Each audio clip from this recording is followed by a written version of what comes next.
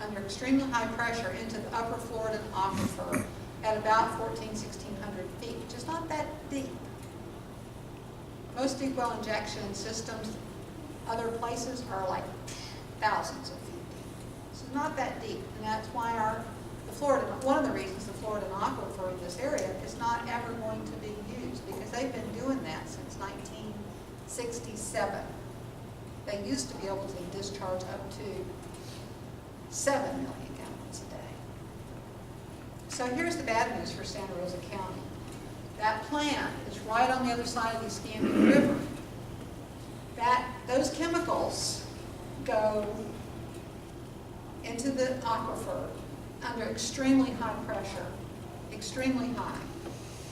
And I have followed this for a long time because it is a crime. It is a crime to put these chemicals, carcinogens and toxic chemicals, in our aquifer in this day and time because it's grandfathered. It's grandfathered. This is illegal now. You could never get a permit to do this, start doing this.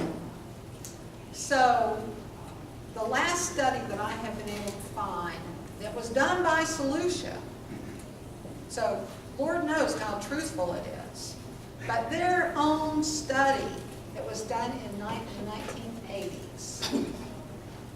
Yeah, this is the last one. There might be more since then, but this is the last one that I've been able to find. Shows the plume of that waste as it modeled. And I didn't bring the study, but I have it. Mary's seen it. And it shows the plume at 95 to 100% concentration. So who knows, out beyond this, where it has mixed. But at 95 to 100% concentration, it's moved across the Escambia River and into Santa Rosa County. It's moving southeasterly, is the way the groundwater flows through there. So this is now our problem. And who knows what, it's not like there's this nice even layer of, keeping it. It goes up and down and all over the place. So, that's a problem. We've got 117 wells in North Santa Rosa County in the oil fields. And they're injecting waste. About 68 or 70 of them are taking out oil, and the rest of them are injecting the waste back down into these wells at about 600 to 800 feet. So there's a lot going on, that I don't know that anybody's paying attention. I really don't. The other thing is that we've got the 2 chemical plants in Pea Ridge, and they're injecting chemicals, and they're also land applying in perk ponds next to the bay, their chemical waste. So, big problems. Okay, I'm almost done.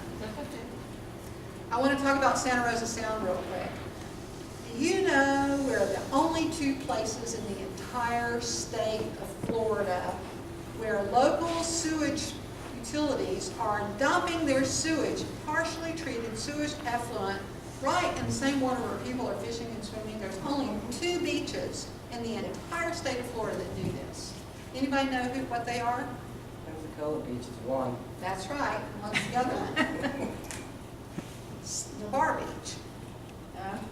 Really? The only 2 places in the entire state of Florida where people are so dadgum dumb, they're dumping sewage effluent. It's not even that great of effluent, right where people are swimming. In 60 years from this building alone. How can they legally do that?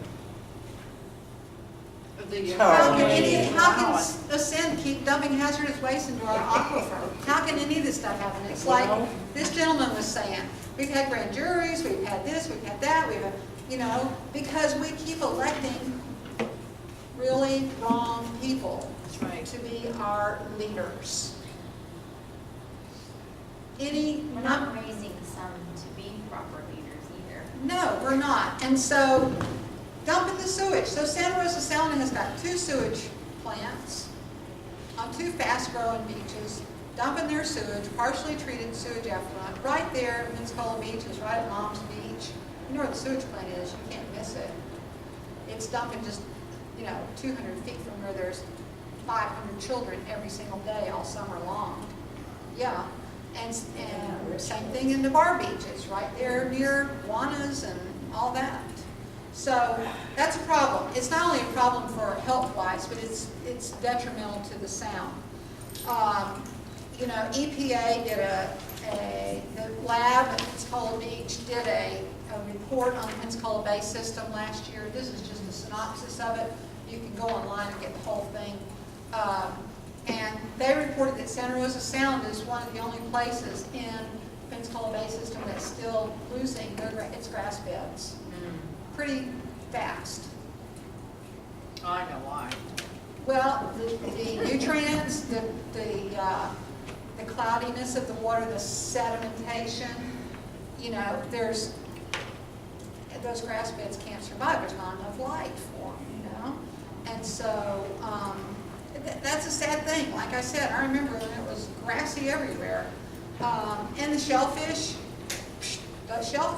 it's class 2 water is almost the entire sound, but you can't, they're too full of bacteria, you can't eat them. And the scallops are gone. There used to be so many scallops out there. Oh my goodness.